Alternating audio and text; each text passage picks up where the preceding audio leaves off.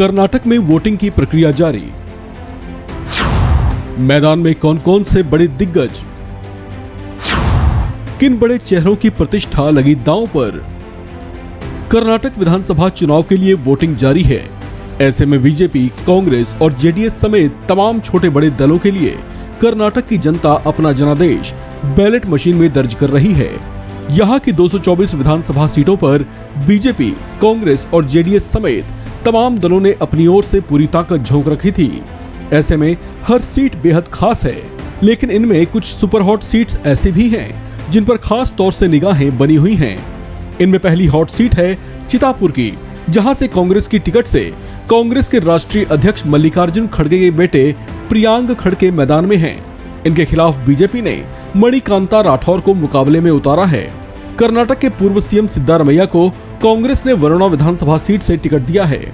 इनके खिलाफ बीजेपी ने कर्नाटक सरकार में वरिष्ठ मंत्री और लिंगायत समुदाय से आने वाले वी सोमन्ना को चुनावी मैदान में उतारा है।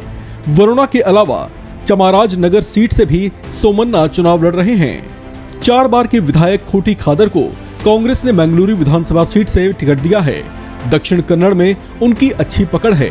इनके खिलाफ बीजेपी ने सतीश कुमापला को चुनावी मैदान में उतारा है। कर्नाटक की कोरातागेरे सीट से कांग्रेस ने जी परमेश्वर को मैदान में उतारा है। इनके खिलाफ बीजेपी ने रिटायर्ड आईएएस अनिल कुमार को मैदान में उतारा है। कर्नाटक के पूर्व सीएम और वर्तमान में जनता दल सेक्युलर के दिग्गज नेता एचडी कुमारस्वामी चन्नापटना विधानसभा सीट से चुनावी मैदान में हैं। इनके खिलाफ बीजेपी ने पूर्व मंत्री सीपी योगेश्वर को मैदान में उतारा है। कर्नाटक कांग्रेस में डीके शिवकुमार बड़ा चेहरा हैं और वो पार्टी के प्रदेश अध्यक्ष भी हैं। कांग्रेस ने करकपुरा विधानसभा सीट से उन्हें टिकट दिया है। इनके खिलाफ बीजेपी ने कर्नाटक सरकार में मंत्री आर अशोका को चुनावी मैदान में उतारा है। डीके शिवकुमार और आर अशोका दोनों ही वो कालिगा समुदाय से आते हैं। करकपुरा के अलावा पद्मनाभनगर से भी आर अशोका चुनाव लड़ रहे हैं। पूर्व मंत्री एच मुनियप्पा को कांग्रेस ने देवनहल्ली विधानसभा सीट से टिकट दिया है। इनके खिलाफ बीजेपी ने मौजूदा विधायक पिला मुनीश मप्पा को मैदान में उतारा है। अब बात सीएम फेजेस की करें तो अब की बार कर्नाटक में बीजेपी और कांग्रेस दोनों ने ही अपने अपने सीएम फेज घोषित नहीं किए। हालांकि 2018 के चुनाव से लगभग 1 साल पहले ही बीजेपी ने सीएम पद के लिए येदियुरप्पा के नाम से पर्दा उठा दिया था। उस चुनाव में हालांकि बीजेपी सबसे बड़ी पार्टी तो बनकर उभरी थी, लेकिन बहुमत के आंकड़े को नहीं छुपाई थी। लेकिन फिर भी बीजेपी येदियुरप्पा के चेहरे पर लड़े गए उस चुनाव के नतीजों से संतुष्ट थी और मिलीजुली सरकार का गठन करने में कामयाब रही थी। हालांकि फिर 2021 में सीएम पद पर फेरबदल करते हुए सीएम बनाया गया था बसवराज बोम्मई को। वहीं अगर कांग्रेस की स्थिति की बात करें तो कांग्रेस पिछले चुनाव में दूसरे नंबर की पार्टी रहते हुए भी वोट शेयर्स के प्रतिशत में बीजेपी से आगे थी।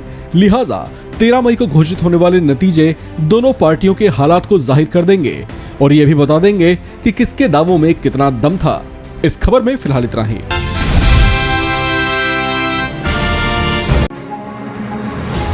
महाराष्ट्र के महाविकास आघाड़ी गठबंधन में इस वक्त खींचतान देखने को मिल रही है। दरअसल एनसीपी चीफ शरद पवार ने कांग्रेस नेता पृथ्वीराज चौहान पर बड़ा हमला किया है, जिसके बाद ऐसे कयास लगाए जा रहे हैं कि एमवीए में दरार पड़ सकती है। गौरतलब है कि शरद पवार पृथ्वीराज चौहान के उस बयान पर प्रतिक्रिया दे रहे थे जिसमें उन्होंने कहा था कि राष्ट्रवादी कांग्रेस की योजना बीजेपी के साथ चल रही है। चौहान के इस कथित टिप्पणी के बारे में पलटवार करते हुए शरद पवार ने कहा कि उन्हें यानी चौहान को देखना चाहिए कि उनकी अपनी पार्टी में उनका क्या कद है। क्या ये ए, बी, सी और डी है? उनकी पार्टी का कोई भी सहयोगी निजी तौर पर आपको यह बता देगा। कर्नाटक में उम्मीदवार खड़े करने के कारण पूछे जाने पर पूर्व केंद्रीय मंत्री ने कहा कि राक्पा अपना आधार बढ़ाने के लक्ष्य के साथ दक्षिणी राज्य में प्रवेश करना चाहती है। उन्होंने कहा कि हमने कर्नाटक में कांग्रेस या अन्य सहयोगियों के साथ कोई चर्चा नहीं की, क्योंकि हम शून्य से शुरुआत करना चाहते थे।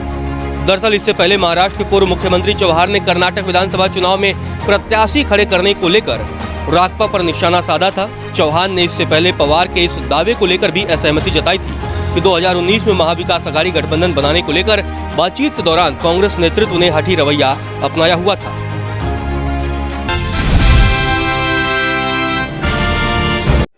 बिल्किस बानो की लड़ाई अभी खत्म नहीं हुई है। पहले उसे उन 11 रेपिस्ट और हत्यारों को सजा दिलाने की लड़ाई लड़नी थी। अब उनकी रिहाई के खिलाफ वो लड़ रही है। सुप्रीम कोर्ट में 11 दोषियों की रिहाई के खिलाफ दाखिल याचिका पर लगातार सुनवाई हो रही है। अब कोर्ट ने बीते दिनों एक दोषी के कोर्ट रूम में पेश ना होने पर कह दिया कि जरूरत पड़े तो अंग्रेजी और गुजराती अखबार में नोटिस छपवाइए।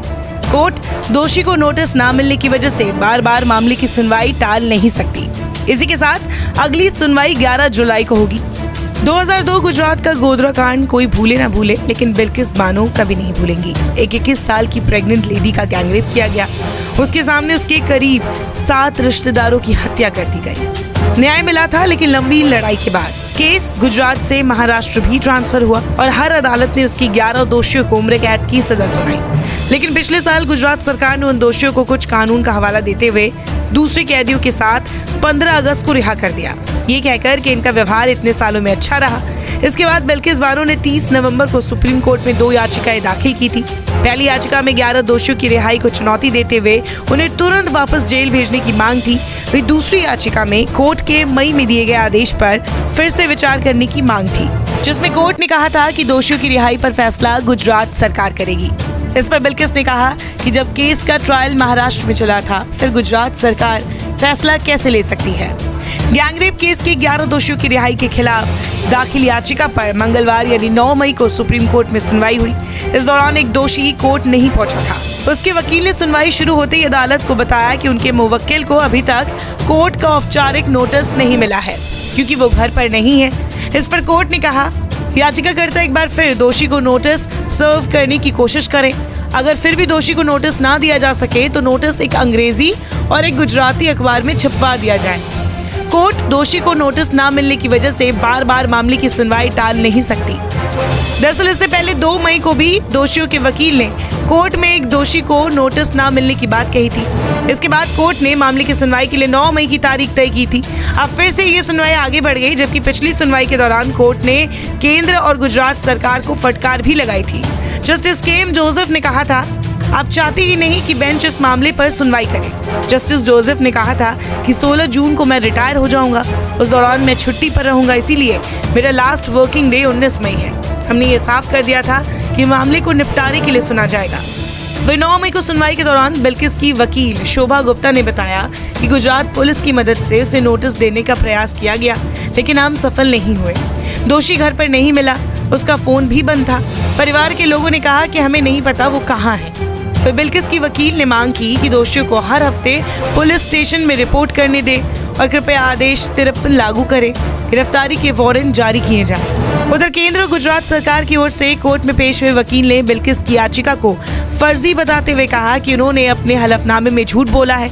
सरकार के वकील ने कहा कि रिहा हुए 11 दोषियों में से कुछ को बिल्किस की ओर से नोटिस नहीं दिया गया। इसके बाद भी बिल्किस ने कोर्ट में दाखिल हलफनामे में बताया कि सभी दोषियों को नोटिस दे दिया गया है। इसके लिए बिल्किस बानो के खिलाफ कार्रवाई होनी चाहिए।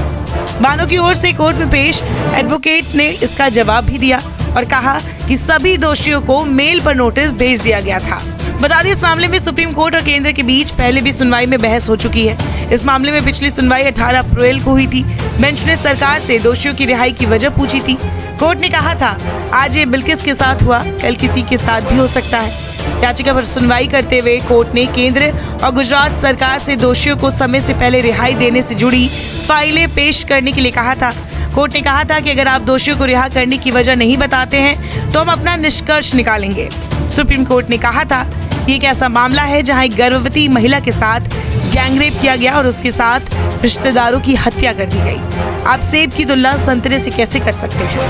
आप एक व्यक्ति की हत्या की तुलना सामूहिक हत्या से कैसे कर सकते हैं? ये एक समुदाय और समाज के खिलाफ अपराध है।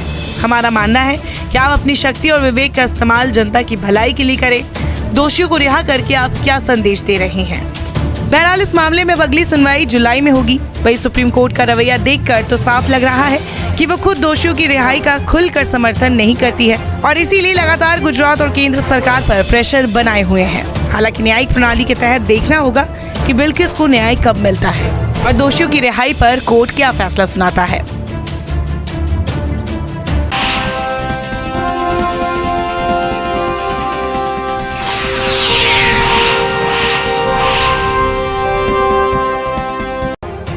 पाकिस्तान के पूर्व पीएम इमरान खान बीते दिन गिरफ्तार हो गए, जिसके बाद से ही दुनिया भर में ये सवाल उठने लगे कि आखिर इमरान खान को क्यों गिरफ्तार किया गया। आखिर ये केस है क्या जिसकी वजह से पूरे देश में गृह युद्ध जैसा माहौल बन गया है। इस्लामाबाद समेत पूरे पाकिस्तान में हिंसक घटनाओं के साथ आगजनी देखने को मिल रही है। बता दें, इमरान खान की गिरफ्तारी के बाद उनकी पार्टी तहरीक-ए-इंसाफ यानी पीटीआई के समर्थक और सेना आमने सामने आ गई। गिरफ्तारी को लेकर समर्थकों ने राजधानी समेत पूरे देश में जमकर हिंसक घटनाओं को अंजाम दिया। इतना ही नहीं, इमरान के समर्थकों ने रावलपिंडी में तो पाकिस्तान के सेना के मुख्यालय पर भी हमला बोल दिया, जिसके बाद पूरे देश में धारा 144 लगा दी गई। जो जानकारी सामने आई है उसकी माने तो पाक के पूर्व प्रधानमंत्री को अल कादिर ट्रस्ट के केस में तहत गिरफ्तार किया गया है। मामले में उनकी गिरफ्तारी पाकिस्तान के राष्ट्रीय जवाबदेही ब्यूरो यानी NAB ने की है। इमरान को इस्लामाबाद हाई कोर्ट के बाहर से गिरफ्तार किया गया। इसके बाद पूरे पाकिस्तान में बवाल मच गया। ऐसे में सवाल ये उठता है कि आखिर ये केस है क्या और इसमें इमरान खान की गिरफ्तारी क्यों हुई है। चलिए पूरा मामला आपको विस्तार से बताते हैं। दरअसल इमरान खान के गद्दी से हटने के बाद से ही उन पर गिरफ्तारी की तलवार लटक रही थी, जिसके बाद बीते दिन उन पर शिकंजा कसा गया। पाक मीडिया के हवाले से आई जानकारी के माने तो बीते दिन इमरान खान 2 केसों की सुनवाई के सिलसिले में इस्लामाबाद कोर्ट पहुंचे थे, जहां पाक रेंजर्स ने उन्हें हिरासत में ले लिया, जिसके बाद गिरफ्तारी की भी खबर सामने आई। जानकारी की माने तो इमरान को अल कादिर ट्रस्ट के केस में गिरफ्तार किया गया। उन पर देश के खजाने को नुकसान पहुंचाने का आरोप है। आपको बता दें, इमरान खान पर अल कादिर ट्रस्ट मामले में धोखाधड़ी के आरोप में FIR दर्ज हुई थी। ये पूरा विवाद अल कादिर ट्रस्ट यूनिवर्सिटी से जुड़ा हुआ है। इमरान खान, उनकी पत्नी बुशरा बीबी और उनके करीबी सहयोगी जुल्फिकार बुखारी और बाबर अमान ने अल कादिर प्रोजेक्ट ट्रस्ट का गठन किया था, जिसका उद्देश्य अल कादिर यूनिवर्सिटी की स्थापना करना था।